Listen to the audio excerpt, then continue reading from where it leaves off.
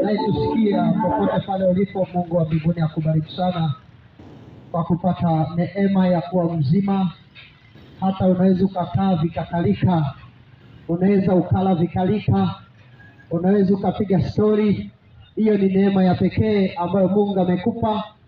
Una kila sababu ya kumshukuru Mungu, kwa sababu si kwa sababu ya akili yako au uwezo wako au elimu yako, bali ni kwa neema ya Mungu. Wako wengine walitamani kukaa ulivyokaa, walitamani kupiga stori unavyopiga stori, kuuza unavyouza, walitamani nao wangekuwa wazima, lakini leo hawapo. Si kwa sababu eti ni wenye dhambi kuliko wewe, hapana. Si kwa sababu eti hawafai kuliko wewe, hapana, bali ni kwa neema ya Mungu ameacha wewe uwe mzima leo, kwa sababu ana makusudi na wewe. Liko jambo ambalo Mungu anatamani wewe ulifanye kabla hujaondoka katika uso wa dunia. Yako mambo ambayo Mungu anategemea kutoka kwako. Yako mabadiliko ambayo Mungu anategemea wewe uyafanye. Kwa hiyo kuwa mzima leo si kwa sababu eti wewe unafaa kuliko wengine, au kuwa mzima mimi eti nafaa kuliko wengine. Hapana, ni upendo wa Mungu kuacha wewe mzima. Ni upendo wa Mungu kuacha wewe hai mpaka sasa. Sasa leo tutakwenda kuangalia kwa nini Mungu anaacha wewe mzima mpaka leo. Kwa nini Mungu ameacha uwe na neema ulionayo leo, uwe unapumua unavyopumua, unafanya biashara unavyofanya. Kwa nini Mungu ameacha uwe hivyo leo? Na kumbuka, tega sikio lako vizuri uweze kusikia ni nini ambacho Mungu anataka kuzungumza na wewe, ndugu yangu unayenisikia popote pale ulipo. Mungu wetu na Baba yetu uketie mahali pa juu palipoinuka, ni wewe Mungu ambao toka enzi na enzi umekuwa ukiwaita watumishi wako na kuwatuma ulimwenguni kwa ajili ya kusema na watu wako na kuwaita watu wako kwa ajili ya kusudi lako. Ni wewe Bwana uliyemwita baba yetu Ibrahimu, ukamwita Yakobo, ukaita manabii na mitume wengine kwa kusudi lako. Na ni wewe Bwana uliyeniita kwa kizazi na majira haya ili kutangaza habari zako, kuhubiri mataifa habari zako, na kuhubiri wanyenyekevu habari zako, na kuhubiri watu wote habari ya ukuu wako na rehema zako. Kwa sana majira haya, na hasa katika kanisa hili la mwisho ambalo kwayo Bwana umeruhusu tuyaone mambo mengi na mengi tutakayoyaona katika nyakati hizi, ninakuomba na kukusii, natumia sasa kinywa changu katika mtaa huu, katika maeneo haya, kusema na mtu huyu mmoja mnyenyekevu aliye tayari kusikia sauti yako. Bwana wa majeshi, kaseme naye katika masikio yake ya ndani, kaseme naye neno ambalo umekusudia alisikie jioni ya leo. Mungu wa mbinguni, na alika uwepo wako mahali hapa, na kwa mamlaka ulionipa ninafunga kila mkuu wa eneo hili katika ulimwengu wa roho anayeongoza katika giza. Kwa mamlaka jina la Yesu namseta chini kwenye miguu yangu, akanyamaza wakati huu ambapo Bwana unazungumza kupitia kinywa changu. Nguvu zote za giza na zinamisha chini kwa mamlaka jina la Yesu. Maana Biblia inasema kila goti litapigwa, na vitu vya mbinguni, vya dunia na vya chini ya nchi. Ninaamuru magoti yapigwe katika ulimwengu wa roho. Mapepo yana mamlaka ya kuzuia sauti. Sauti itapenya kwenye masikio ya watu wa Mungu, watasikia neno la Bwana sawa sawa na makusudi yake. Hii ni sauti ya mamlaka, ni katika jina la Yesu Kristo nikiomba na kushukuru, amen. Basi tunakwenda kusoma kitabu cha Ezekieli sura ya 33. Tutasoma mstari mmoja wa 11. Ezekieli 33 na ule mstari wa 11. Neno la Bwana wangu Yesu Kristo linasema, waambie kama mimi niishivyo, asema Bwana. Waambie kama mimi niishivyo, asema Bwana Mungu, sikufurahi kufa kwake mtu mwovu, bali agairi mtu mwovu na kuiacha njia yake mbaya akaishi. Narudia tena, waambie kama mimi niishivyo, asema Bwana Mungu, sikufurahi kufa kwake mtu mwovu, bali agairi mtu mwovu na kuiacha njia yake mbaya akaishi. Mwisho wa kunukuu. Ndugu yangu unayenisikiliza jioni ya leo, nataka nikuoneshe namna ya upendo wa Mungu kwenye maisha ya wanadamu. Nataka nikuoneshe namna ambavyo Mungu anawapenda wanadamu. Nataka nikuoneshe upendo alionao Mungu kwako, ijapokuwa na wewe hujipendi, ijapokuwa hausamini wa upendo ambao Mungu anakupenda. Kati ya kitu ambacho Mungu hapendi kukiona ni kuona mtu muovu anakufa. Mungu hapendi kuona mwenye dhambi anakufa. Mungu hapendi kuona watu wanakufa dhambini. Mungu anapenda kila mmoja afikirie toba. Mungu anapenda kila mmoja atengeneze maisha yake. Wakati wanadamu wanapoenda malaloni au wanapoenda kuzika makaburini na kutamka kwamba marehemu akapumzike, jamani ameteseka, jamani marehemu ameishi maisha ya taba, ameumwa ugonjwa kwa muda mrefu, na ili hali marehemu huyo amekufa akiwa dhambini, Mungu anachukia. Mungu anaumizwa kwa sababu huyo mtu aliyekufa dhambini anakwenda kwenye mateso ambayo hayana ukomo. Anakwenda kwenye mateso yanaitwa mateso ya milele.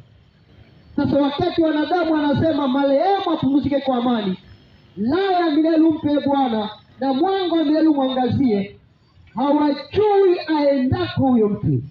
Huyo mtu anaenda kwenye mateso yasiyo na kifani. Ndio maana Mungu akamwambia Ezekieli, kawaambie. Mungu akanituma akasema, kaputa, nenda kawaambie, sifurahii kifo cha mtu mwovu. Sifurahii kuona mtu anakufa dhambini. Mungu hapendi mtu mmoja afe akiwa dhambini, kwa sababu mateso utakaokabiliana nayo mwanamke, mateso utakaokabiliana nayo mwanaume hayaelezeki. Leo unaweza ukapiga story vikapigika, unaweza ukaongea na marafiki zako, unaweza ukala vikalika, ukatembea vikatembeleka kwa raha zako, lakini usijue baada ya kutoka kwenye uso wa dunia bila matengenezo na bila kuacha njia zako mbaya, unakwenda sehemu ambayo utajuta kuzaliwa. Watu watalani matumbo ya mama zao, watasema, kwa nini nisingelikufa ningali mimba? Kwa nini mama yangu asingelimtoa mimba nikafa? Kwa sababu ya mateso makali kwa wanadamu waliokataa matengenezo, wanadamu waliokataa kufanya toba, waliokataa kutubu dhambi zao, wakawa wanafurahia kufanya uzinzi, wanafurahia kulala na wanawake kwa raha zao. Hujui tu, unafurahia hayo maisha, hutaki matengenezo. Wanakuita mwanaume lijali, uko vizuri, unalala na wanawake utakavyo, si una pesa bwana, ukihitaji unaweza kununua mabani, watu wanauzwa, unajisikia vizuri. Ni kwa sababu hujui mara baada ya kutoka kwenye uso wa dunia nini utakabiliana nacho. Unalewa pombe utakavyo, unalala mpaka bani. Hujui baada ya kutoka kwenye uso wa dunia yale utakaokabiliana nayo ni makali mno. Utasema, laiti ningelijua, ningelisikiliza wahubiri, nikatengeneza njia zangu mbaya, nikaacha dhambi. Lakini nataka nikwambie pole, kwa sababu utakuwa umechelewa. Utatamani siku zirudi nyuma ukaacha uzinzi, utakuwa umechelewa. Utatamani siku zirudi nyuma ukaacha ulevi, ukaacha hizo sigara unazovuta na bangi, lakini utakuwa umechelewa. Utatamani siku zingelirudi nyuma ukamwamini Yesu kwa moyo wa dhati na kuacha dhambi, lakini kwa bahati mbaya utakuwa umechelewa. Kwa sababu wakati tunahubiri leo, kwa sababu ya uzima ulio nao, kwa sababu ya afya ulio nayo, kwa sababu ya maisha ulio nayo, unadharau. Kwa sababu unaweza ukala na ukafanya chochote utakacho, Kwa unaona, injili ya mabadiliko tunaohubiri leo ni upuzi, ni ujinga. Kwa sababu ukiangalia, unaweza ukaenda kokote utakako, unaweza ukafanya chochote utakacho. Ndio maana unadharau kile unachohubiriwa kwa habari ya maisha yako ya milele. Maisha yako haya unayoishi leo yana ukomo. By the way, miaka ya mwanadamu ambayo leo tunatamba hapa mjini ni miaka mifupi mno ukilinganisha na maisha utakoishi baada ya kutoka katika uso wa dunia. Maisha ambayo mwanadamu anatamba na kiburi unachokiona tunacho leo hapa duniani, kiburi kilicho nacho na jeuri tulio nayo. Angalia, Biblia inasema ikiwa ni kwa afya ni miaka 80. Ikiwa ni kwa ugonjwa ni miaka 70. Alafu na kiburi chake ni ubakiri tu. Hebu jiulize, miaka 70 ambayo unatamba leo, baada ya kutoka kwenye uso wa dunia una miaka mabilioni na mamilioni kwenye ziwa la moto, kwenye mateso makali. Unafikiri itakuwaje? Kama leo unatamba na miaka 40 na 30, unasema mimi ndo licha, achana na mimi. Nataka nikwambie, hujui hata hesabu ndogo hutaki kuipiga. Miaka 40, 30, 70 inakupa kiburi na jeuri, unajiona kwamba wewe ndo wewe. Nataka nikwambie mwanangu unanisikia, huu ndo wakati wa matengenezo na kufanya toba. Huu ndo wakati wa kuacha dhambi. Huu ndo wakati wa kuomba Mungu sana kuliko nyakati zote. Hizi ni nyakati ambazo manabii walitabiri kwa habari ya mwisho, mitume wakatabiri kwa habari ya mwisho. Kizazi hiki kitashuhudia mambo makubwa yajayo kutokea. Kizazi hiki kitamshuhudia mpinga Kristo. Kizazi hiki kitamshuhudia wewe mnyama kwa macho yao. Kitashuhudia vita kubwa inayokwenda kupigwa muda so mrefu. Kitashuhudia vita ya tatu kubwa ya dunia ijayo kutokea.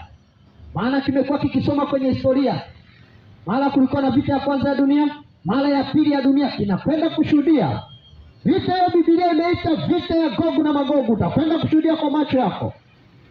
Watu wanauza na kununua, utakwenda kushuhudia. Kuna kuuza, kuna kununua, mpaka ukubali masharti ya mnyama, mpaka ukubali kwa wa shetani, ndipo utauza na kununua.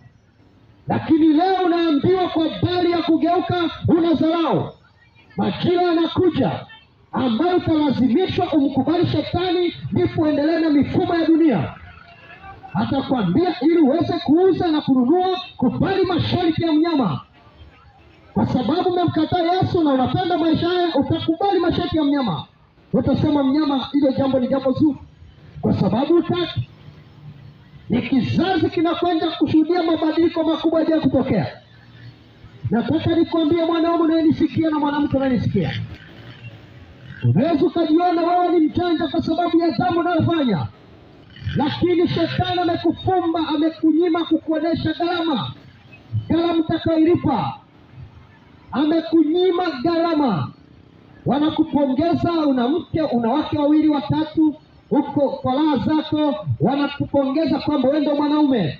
Shetani amekuficha gharama, amekuficha malipo. Upo na michepuko yako kama mnavyoona kwa raha zako. Unasema haiwezekani mwanaume kawa na mke mmoja, kwani lazima niwe na michepuko pembeni. Shetani amekuficha gharama, amekuficha malipo. Malipo utakayolipwa ni makubwa mno. Utatamani kabisa siku zingerudi nyuma ili ukatengeneze, lakini haitawezekana mwanaume.